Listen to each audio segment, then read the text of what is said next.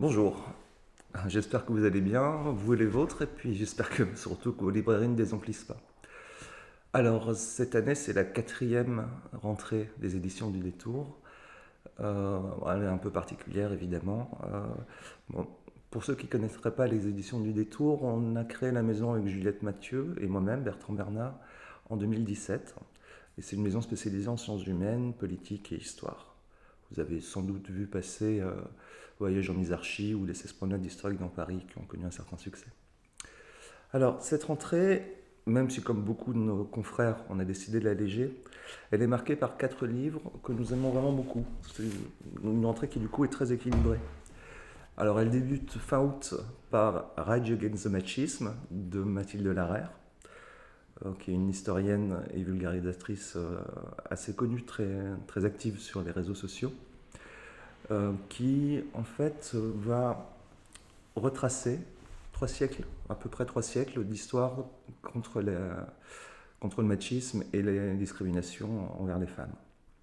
Alors c'est un livre qui est un petit peu sur le modèle de ce qu'on avait sorti avec elle l'année dernière, Il était une fois la Révolution, est un livre qui est à la fois où à la fois elle montre son savoir, c'est une véritable historienne, qui est aussi un livre de combat, un livre assez léger, qui mêle en fait slogans, chants, récits, et récits historiques évidemment.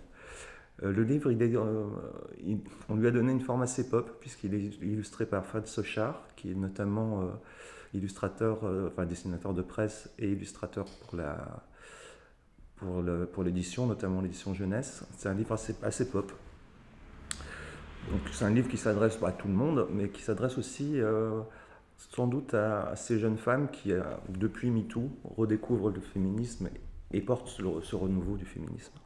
Alors, mi-septembre paraît L'attente, déplacés juifs en Allemagne 1945-1952, de Nathalie Coe, une historienne, avec une préface d'Annette Becker.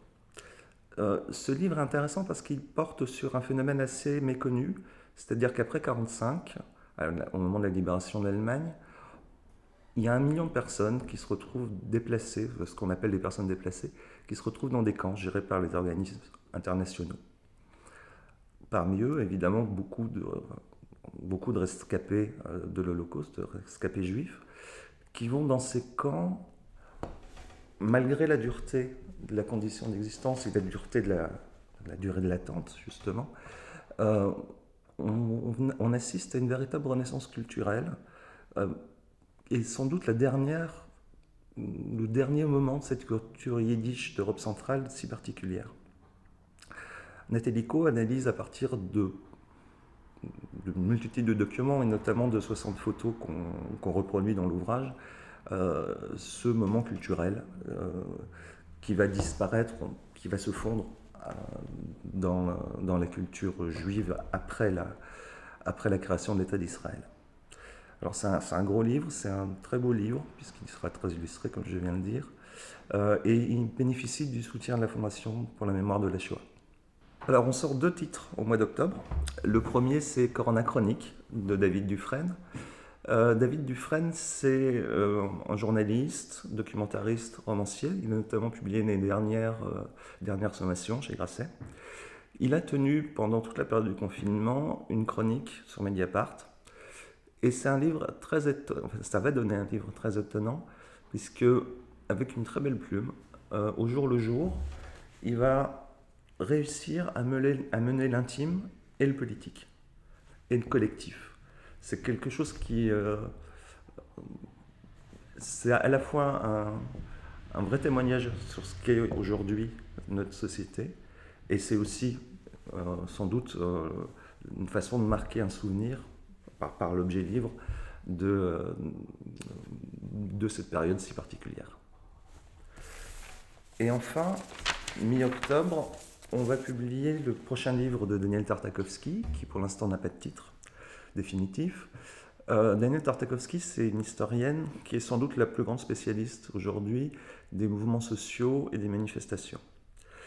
Daniel Tartakovsky analyse dans ce livre, c'est une analyse sur le temps long de la façon dont les manifestations, depuis les années 70 jusqu'aux Gilets jaunes, depuis les mouvements altermondialistes notamment, avec aussi l'importance des marches, et puis l'importance aussi de ce qu'on appelait le mouvement des places, avec notamment Tahrir ou Nuit debout à Paris.